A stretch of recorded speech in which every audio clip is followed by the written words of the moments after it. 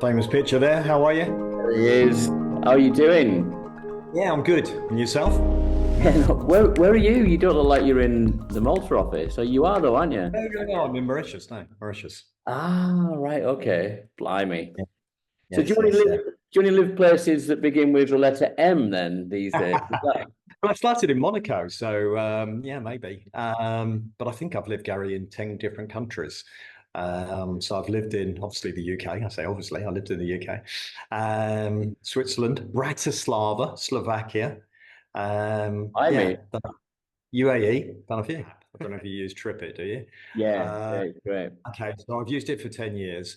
And I did look at it yesterday. And okay, I've been around the world nearly 10 times per year for 10 years. Wow. That's incredible. What is it about the travel? I mean, look, I hate airplanes. I can't stand being in a tube in the sky. What is it about travel that and let's start this thing. Let's have a bit of an informal start. We always do that Yeah, anyway, yeah. get into the Well, serious stuff. But it's good. what is it about, travel that's kind of hooked you in? Because it feels that you seem to love it. You like being in you like the fact it's a big round globe. What is it about travel? I mean, I must admit, sorry, Gary, I'm going to insult you now. But I was an arrogant southerner. I thought the world finished in, London, Watford. Watford, you fell off the end of the world.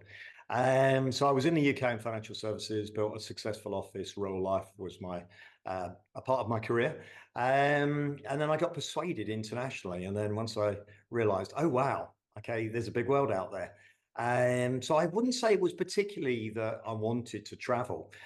Interestingly, I actually failed at geography at school as well, by the way. Got unclassified. How bad's that?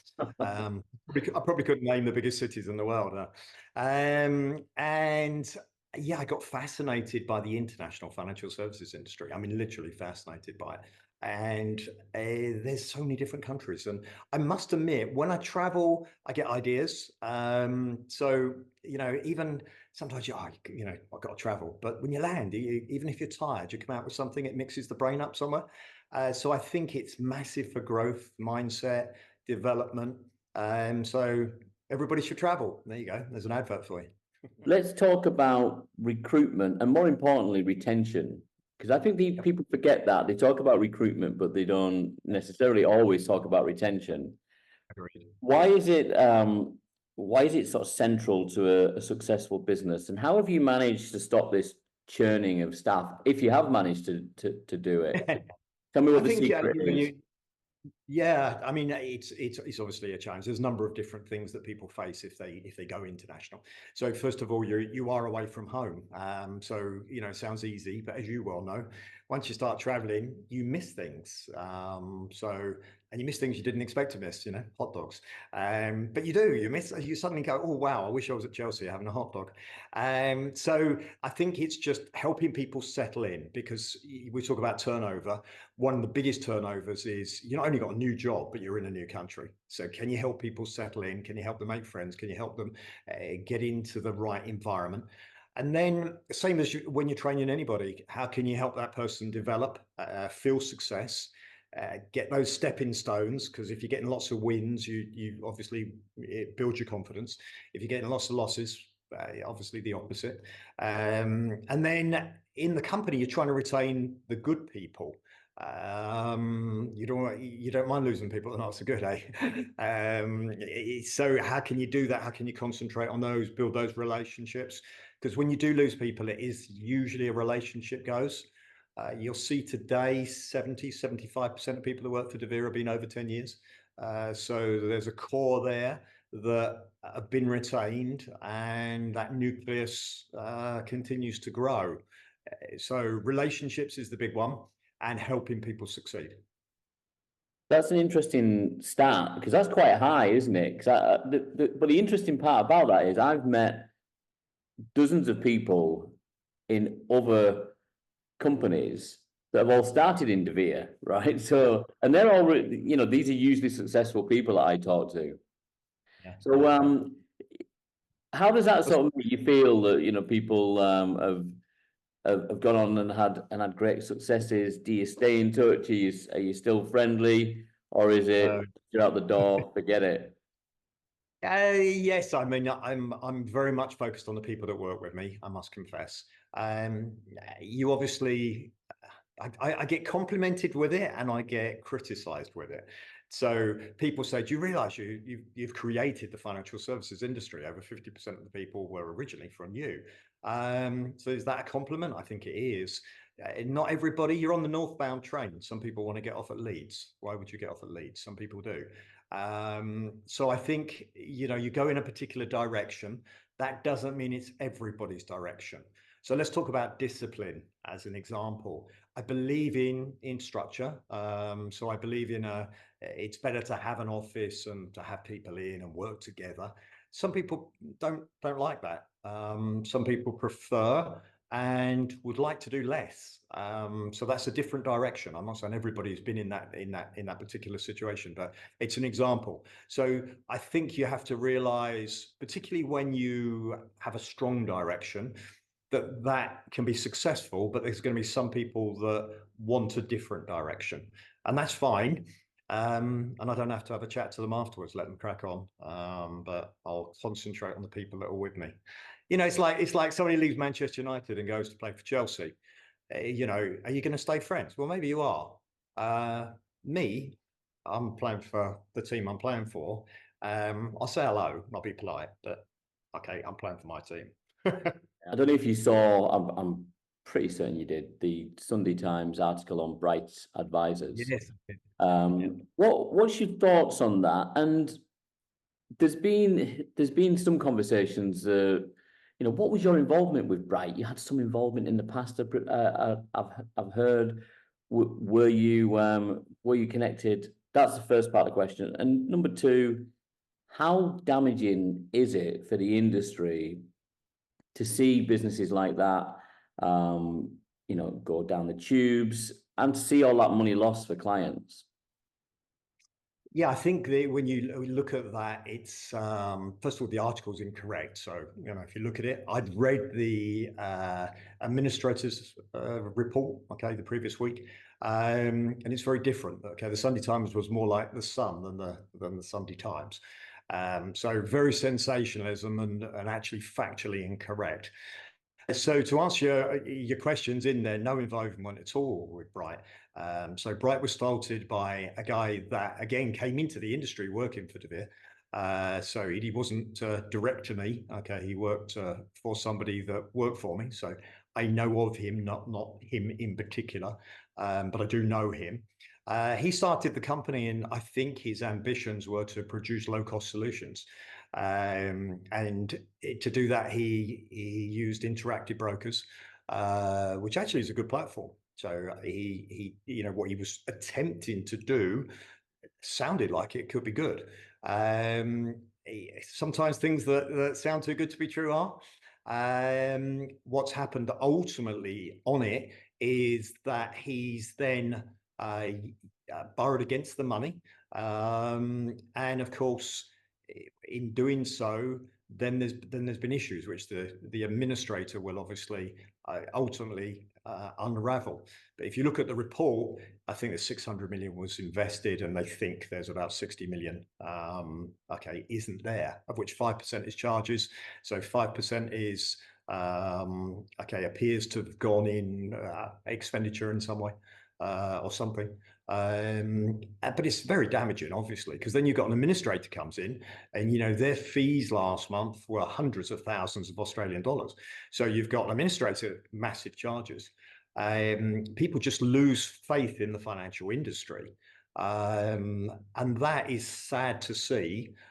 And it's going to take what, 5 years to unravel? I mean, how do they work out whose money's who? I mean, it's an omnibus account from what I understand. So, it's money's been purchased for a number of different clients into various different ETFs, etc. But do they take Bright's word for it that, this is, I've no idea. Complex, and sad for the industry overall. I mean, because it just has a damaging effect.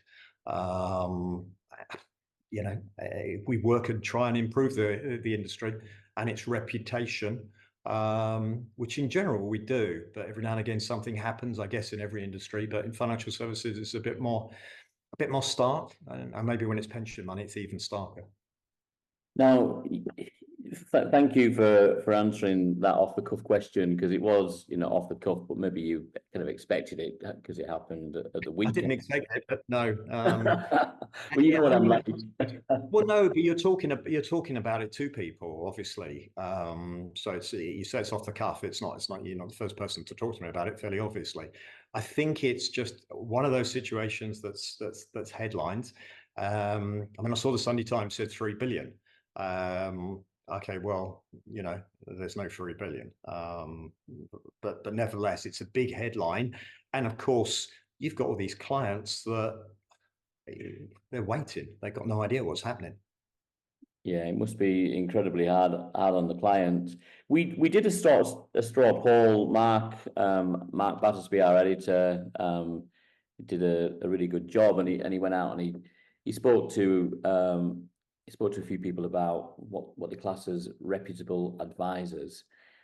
Your name, or the deVere name, doesn't tend to come up very often when it comes to best practice and reputable advisors. Does that irk you? Does that annoy you? Because internally, from the feedback that we've had, from yourself, things have changed at deVere. So first point is, does it irk you that people never, you don't tend to win best practice awards, and why do you think that is? But do you think that's unfair? Do you think that deVere has changed? Because it's been around a long time, like a lot of companies, there is a past. Do you think it's changed, and if so, why? I don't think it's changed. I think it's always been extremely good. So when I talk to other advisors, and they show them what we do, they're shocked how good it is. In fact, I had a video call this week with somebody that recruits a lot of people in the industry, and I showed them our systems, and they were like shocked that it was that good. So if you just think that deVere has systems and tech that ensures best advice, so why we don't win best practice is because people unfortunately lack knowledge.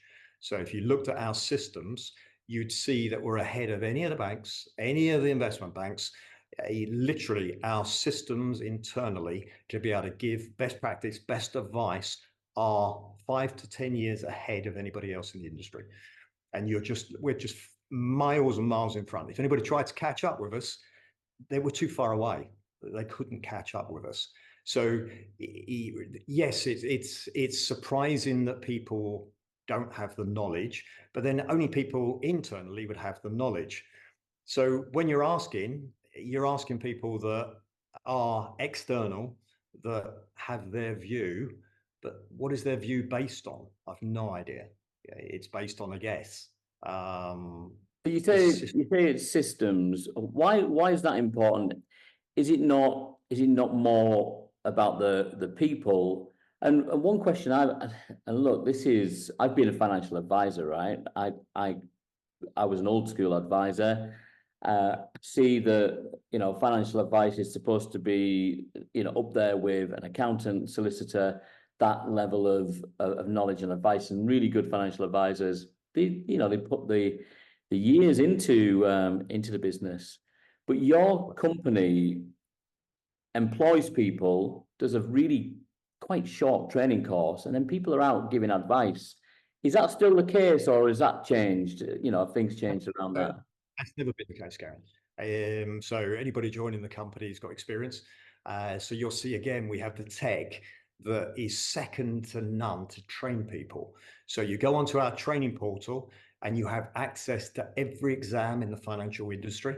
Everybody in the company is fully trained, fully qualified. We do weekly up-to-date training sessions for every single person in the company, as well as doing CPD.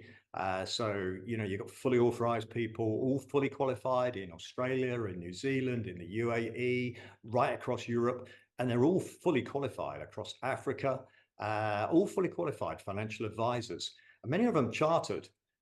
So, they're all qualified in their countries, and some, I mean, I've got a couple that are chartered in, fully qualified in 3 or 4 countries. So you've got highly qualified people, and we don't shout about it. I think perhaps we're not, maybe we're not, maybe we should be more out there talking about how much we do and how good we do it, and the fact of all the qualifications that we have. So if you joined us, you'd be going for a program. You'd have to, in order to be given advice, it will take you 18 months of learning before you can give advice. You'd be qualified. You'd always have compliance checking off your business, but also the reasons why system doesn't allow you to give bad advice. So you have tech behind you, which allows you to access all the products in the marketplace and will only allow you to select products that are right, and actually stops you from doing anything that you can't do. And the drop-down boxes make sure that you give full disclosure on everything to every client. And that's sent to the client as well as given to them, at the point of taking the product.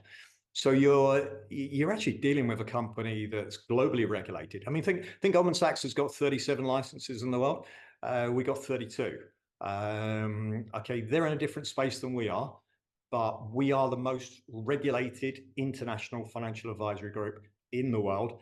And I'm probably the most regulated individual in the financial industry. So you can't think of anybody in the financial world that's more regulated than me. So maybe people not in all countries, though, Nigel. well, I'm regulated as you're not I'm a regulated in. regulated. Well, I am. I'm the UBO, so I'm regulated UBO, and I'm approved UBO in all of those for all of those businesses. So, I am regulated. I'm a UBO. I'm a UBO in the UK. So I'm an approved regulated for a large business in the UK. I'm a UBO in Australia. I'm a UBO. So I am regulated. And you can't just be own a company and be approved to run a company unless you've got a good track record. And to have a good track record for a long time with lots of businesses globally. I mean, when you want to check me out, you've got to check out every business I've ever owned.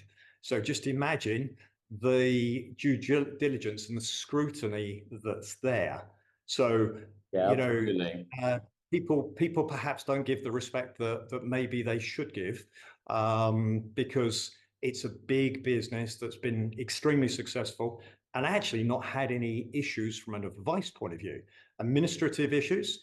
And you're talking 21 years. So just think, it's almost impossible in the financial industry. So every company, every bank on Wall Street's had a fine, every single one.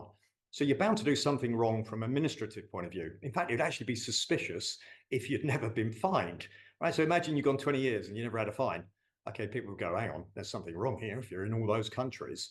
So, we've had administrative fines in the past, but I think it's 7 in 21 years.